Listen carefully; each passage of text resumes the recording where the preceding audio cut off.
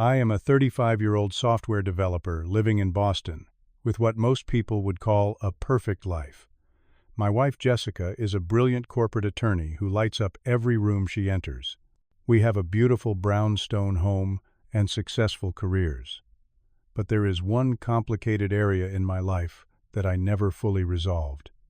My relationship with my family has always been strained, especially with my parents and brother. There was an inheritance issue after my grandfather passed that I kept hidden from Jessica for years. When she accidentally found those old documents last month, I expected anger. Instead, her calm reaction worried me more. I had no idea what was coming. Let me know where you are watching from in the comments below. If you enjoy stories about family drama and justice being served, hit that like button and subscribe to the channel.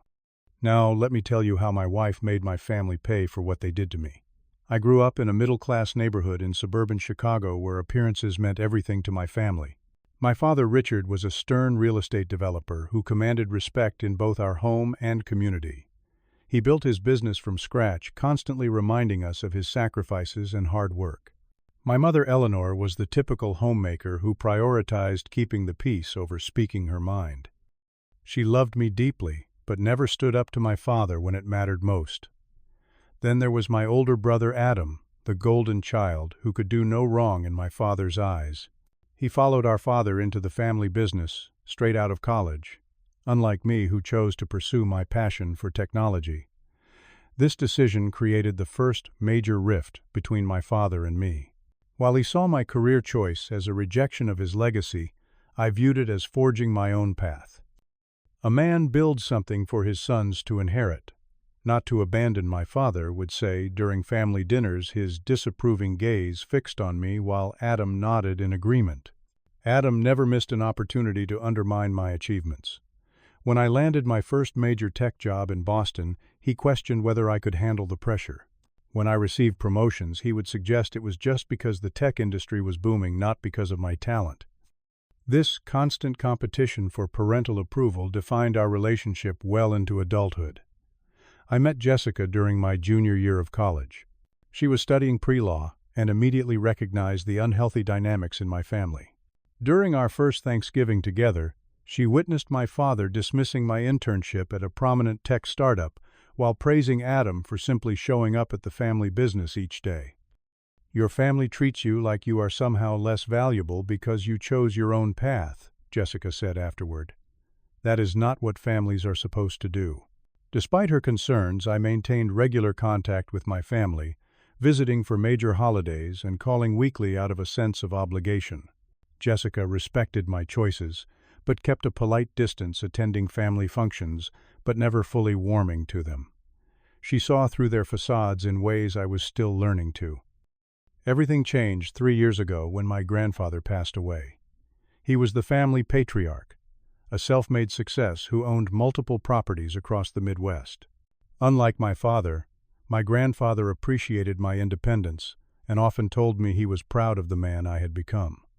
We shared a special bond, spending hours talking about innovation and the future when I visited. What I never expected was that he would leave me a substantial portion of his estate in his will. This included a historic family cabin on a lake in northern Michigan that had been in our family for generations. It was a place where I had spent childhood summers fishing and hiking, creating some of my happiest memories. The reading of the will created immediate tension. My father and Adam exchanged looks of disbelief when the lawyer announced my inheritance. The cabin alone was worth nearly $1 million, not to mention the other properties and investments my grandfather had earmarked specifically for me. While they also received their fair share, my grandfather had clearly made a point of ensuring I had my own legacy independent of the family business. In the weeks following his funeral, as I was still processing my grief, my father and Adam approached me with paperwork. They explained that placing all the inherited assets into a family trust would protect everyone from excessive estate taxes and simplify the management of the properties. "This is standard practice, Larry. It protects all of us," my father explained, sliding the documents across the table. "Your grandfather would want us to be smart about this," Adam chimed in. "You are busy with your tech career in Boston. Do you really have time to manage property maintenance and tenant issues from across the country? In my grief and desire to avoid conflict, I signed the papers they presented. What I did not fully understand was that I was essentially transferring my inheritance rights to a family trust that they controlled completely. The language in the documents gave them authority to make decisions about the assets without my approval. Over the next 2 years, they systematically liquidated properties that should have remained mine, routing the proceeds into the family business. Each time they sold something, they would inform me after the fact, explaining it as a necessary business decision. The cabin remained in the trust, but was rented out continuously, with me never having the opportunity to use it. Whenever I questioned these decisions, they would remind me of family loyalty and the importance of maintaining our collective financial security. They held family meetings at their offices, presenting complex financial reports that obscured more than they revealed. There were vague promises about future returns and patronizing reassurances that they were handling everything in my best interest. The market timing was perfect for that sale, my father would explain. We will reinvest the proceeds and you will see much better returns down the road. Adam would follow up with, "This is what we do for a living, Larry. Trust our expertise." The manipulation was subtle, but effective. Whenever I pushed back, they would make me feel like I was being ungrateful or financially naive. My mother would call afterward pleading for harmony and reminding me how stress affected my father's health. Throughout all of this, I kept Jessica in the dark. She knew about the inheritance in general terms, but not about the trust arrangement or how my family was controlling these assets. I was ashamed of being manipulated and afraid of her judgment. Jessica is brilliant at seeing through people, and I knew she would immediately recognize how I had been taken advantage of. I also feared creating further conflict between her and my family, clinging to the hope that relationships could somehow be repaired. So, I maintained the facade, making excuses for why we never visited the family cabin and diverting conversations about my inheritance. This secret grew between us, creating a small but significant void in our otherwise strong marriage. Jessica sensed something was wrong, but respected my reluctance to discuss my family. That is, until she discovered the truth on her own. The day everything changed started like any other Tuesday. I was working late on a critical software project deadline, and Jessica had arrived home early from the firm. She needed some tax documents for a financial review and went to my home office to find them. What she found instead was a folder I had hidden at the back of my filing cabinet containing the original will documents and trust amendments.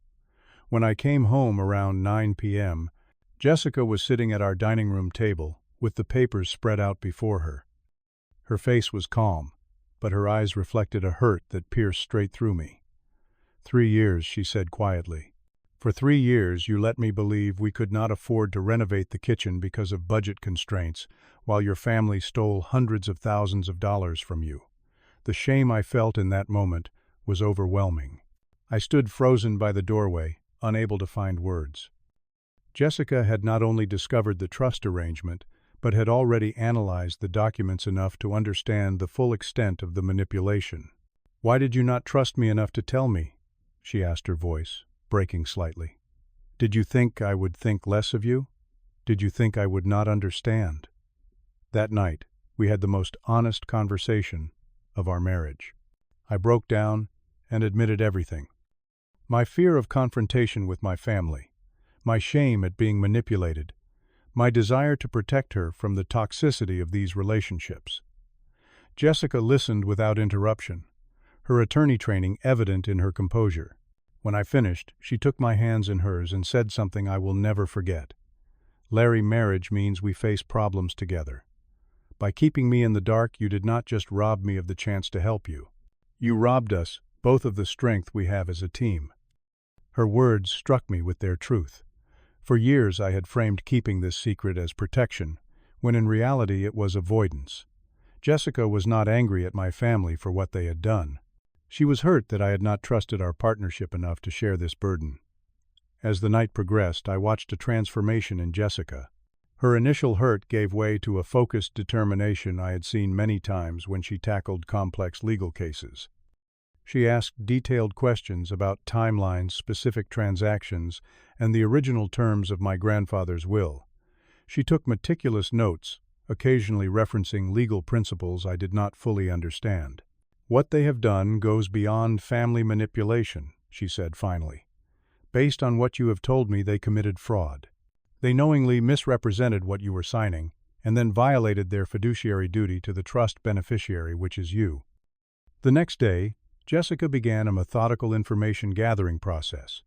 She requested copies of all documents related to the trust, the original will, and every transaction made since its formation.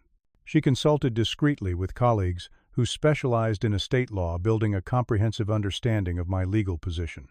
I watched in awe as she created a clear timeline of the manipulation, identifying specific instances where my father and brother had potentially broken the law. She documented everything with the precision of a prosecutor building a case. "We are not going to confront them immediately," she explained one night as we reviewed her findings. "Right now, they do not know that we know. That gives us the advantage."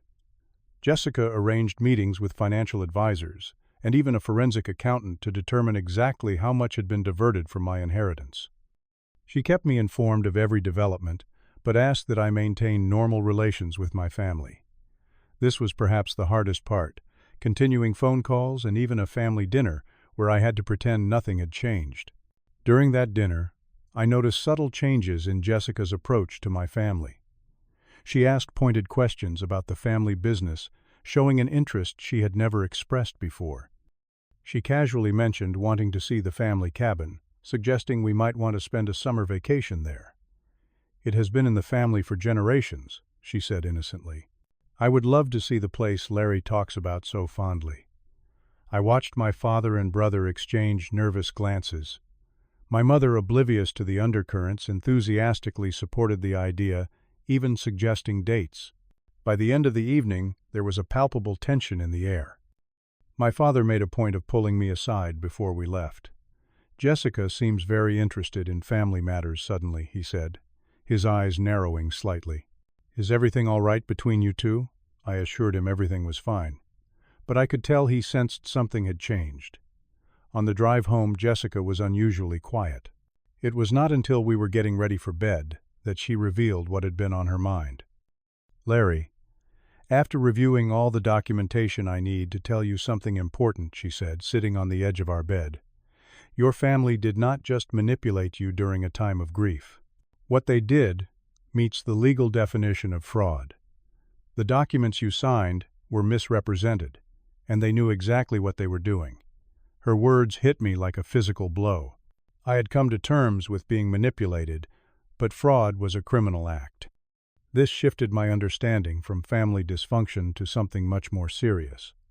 As I processed this information, Jessica laid out what would happen next, and I realized my wife was not just angry. She was preparing to deliver justice. 2 weeks later, Jessica orchestrated what she casually referred to as the reckoning. She suggested I invite my family for dinner at our home in Boston to discuss plans for a summer family reunion. They agreed readily, perhaps, seeing it as a sign that family relations were improving. What they did not expect was Jessica's carefully planned confrontation. Our dining room had been transformed into what looked remarkably like a conference room. A portfolio of documents sat at each place setting, and Jessica had dressed in what I recognized as her courtroom attire, a tailored navy suit that projected authority and confidence. My father was the first to react when he entered the room. "What is all this?" he asked, his voice already defensive. "Please have a seat," Jessica said with professional detachment. "We have some important matters to discuss before dinner." Once they were all seated, Jessica began a presentation that would have impressed even the most demanding judge. She methodically walked through the original terms of my grandfather's will, the documents I had been asked to sign, and a complete accounting of every transaction made through the trust over the past 3 years. Based on our forensic accounting review, approximately $2.3 million of assets, specifically designated for Larry, have been diverted to Robinson Family Developments, she stated, referencing the spreadsheet in the portfolio. "This includes liquid assets, from property sales, rental income, from the lake cabin, and investment proceeds. The color drained from my father's face. Adam shifted uncomfortably in his chair. My mother looked genuinely confused, suggesting she might not have been fully aware of what had transpired. "This is a family matter," my father finally said, his voice rising with anger. "We do not need outsiders telling us how to manage family affairs." Jessica remained perfectly composed. "Actually, Richard, this ceased to be merely a family matter when you committed fraud and breach of fiduciary duty. These are legal matters with potential criminal implications."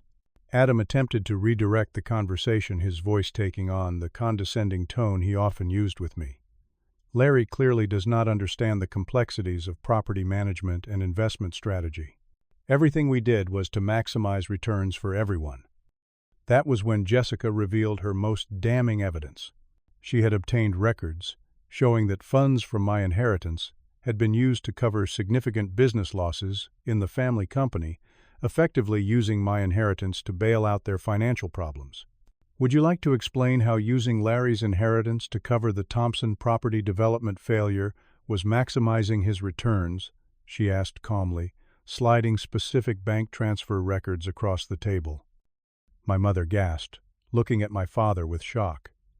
It seemed this particular detail was news to her as well. The room fell into a heavy silence, until Jessica continued by laying out her demands. "Here is what will happen now," she said, removing a document from her briefcase. "Full restoration of all diverted assets, plus 5% annual interest, calculated from the date of each transaction. The family cabin will be transferred directly to Larry's name within 30 days. You will provide a written acknowledgement of wrongdoing that will remain private unless further action becomes necessary. The family business will be restructured with transparent governance and proper oversight. You have 2 weeks to accept these terms before we proceed with legal action." The response was immediate and explosive. My father slammed his hand on the table and stood up. "This is blackmail. You are threatening to destroy this family over a misunderstanding." Jessica did not flinch. "This is not a threat, Richard. This is a courtesy notification of the consequences of your actions. The alternative is a very public legal battle that I assure you you will not win." Adam tried a different approach, turning to me directly. "Larry, you cannot let her do this. This will ruin the business. Is that what you want, to destroy what Dad has built? What about Mom? Have you thought about what this will do to her?" For the first time that evening, I spoke up. "I did not create this situation, Adam. You and Dad did. And now you are trying to make me feel responsible for the consequences." My mother began to cry softly, which would normally have been my cue to back down and keep the peace. But something had shifted in me. I could see the manipulation tactics clearly now, recognizing the emotional leverage they had used against me for years.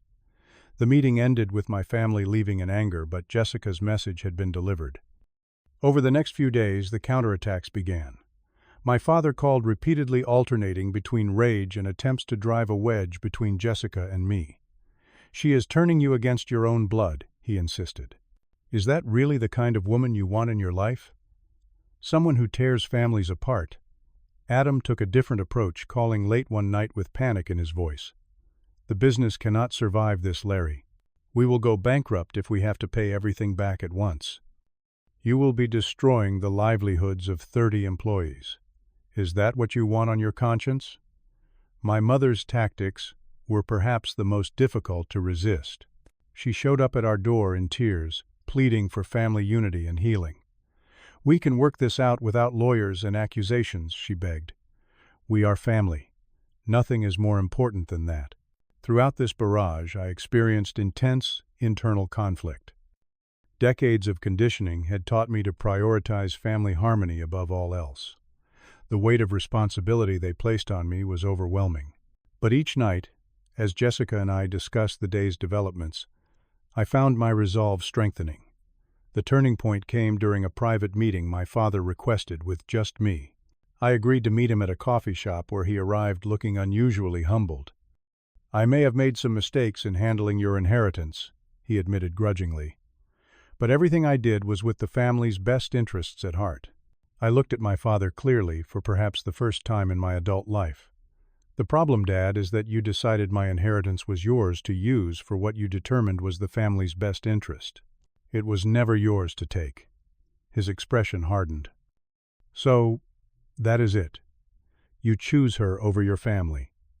"This is not about choosing Jessica over family," I replied. "This is about finally standing up for myself. Jessica just helped me find the courage to do it." As the 2-week deadline approached, the counteroffers began. First, they proposed returning half the diverted funds immediately, with a payment plan for the remainder. When Jessica declined, they offered full financial restitution, but refused to transfer the cabin, proposing a joint ownership arrangement instead. Again, Jessica held firm. My brother called the night before the deadline, his voice uncharacteristically subdued. "We found the signed original of Grandpa's will in Dad's home safe. There were specific instructions about your inheritance that Dad never shared with the lawyer. You are not the only one he did this to. Cousin Michael's inheritance was handled the same way." This revelation was shocking but somehow not surprising. The pattern of manipulation extended beyond me, confirming that this was not a one-time lapse in judgment, but a systematic approach to controlling family assets. On the morning of the deadline, my father's lawyer contacted Jessica with their response. They had agreed to all terms. Within 30 days, all diverted funds would be restored with interest. The cabin would be transferred solely to my name. The acknowledgement of wrongdoing was signed and notarized. And most surprisingly, my father had agreed to restructure the family business with independent oversight. Jessica reviewed the agreement carefully before confirming its acceptance. When she told me the news, I felt an overwhelming mix of vindication and sadness. Justice had been achieved, but at the cost of relationships that, despite their dysfunction, had been central to my identity for decades. 6 months have passed since that pivotal confrontation, and our lives have transformed in ways I never imagined possible. Jessica and I spent our first weekend at the restored family cabin last month. The experience was bittersweet as I walked through rooms filled with childhood memories now reclaimed, but forever changed by the knowledge of what had transpired. The relationship with my family has fundamentally shifted. My father and I speak rarely, our conversations brief and formal. Adam avoids direct contact, entirely communicating only through lawyers when necessary regarding business matters. The most surprising development has been with my mother. After 40 years of marriage, she has finally begun standing up to my father. Our weekly phone calls have become a space for honest conversation about family patterns and healing. I have been working with a therapist to understand the dynamics that allowed me to be manipulated for so long. Jessica has been supportive throughout this process, firm in her boundaries with my family, but compassionate toward my healing journey. Her unwavering loyalty through this ordeal has deepened our connection in ways I never thought possible. The experience has changed me in other ways, too. At work, I find myself speaking up more confidently in meetings, no longer afraid of conflict or disapproval. I have set boundaries with demanding clients, something I would have avoided at all costs before. Jessica says she sees a new lightness in me, as if I have put down a burden I carried for too long. Our marriage has emerged stronger from this challenge. The transparency we now maintain has eliminated the small gap that my secret had created between us. We make decisions truly as partners, consulting each other on everything from daily expenses to long-term plans. I have a profound appreciation for what it means to have someone who stands beside you fighting battles you could not face alone. The most important lessons I have learned through this experience are ones I will carry forever. True family is defined by respect and honesty, not merely by blood. Transparency in marriage is not just about avoiding lies, but actively bringing your partner into your struggles and fears. Emotional manipulation only works when you are not aware of it happening. Setting boundaries is not selfish, but an essential act of self-respect. Jessica and I have recently begun discussing starting our own family. The prospect both excites and terrifies me. I am determined to break the cycles of manipulation and conditional love that defined my childhood. We talk often about creating a family legacy based on honesty, respect, and unconditional support values I never fully experienced growing up. The journey with my family continues to evolve. This was never about revenge for Jessica or me, but about justice and healing. I understand now that some relationships may never return to what they once were, and that is okay. There is peace in standing for truth, regardless of the outcome. Have you ever had to stand up to family manipulation? What boundaries have you set to protect yourself from toxic dynamics? Share your experiences in the comments below. If this story resonated with you, please hit the like button and subscribe to hear more stories about overcoming family challenges. Share this video with someone who might be struggling with similar issues. Thank you for listening to my story, and remember that sometimes the most loving thing you can do for yourself is to demand the respect you deserve.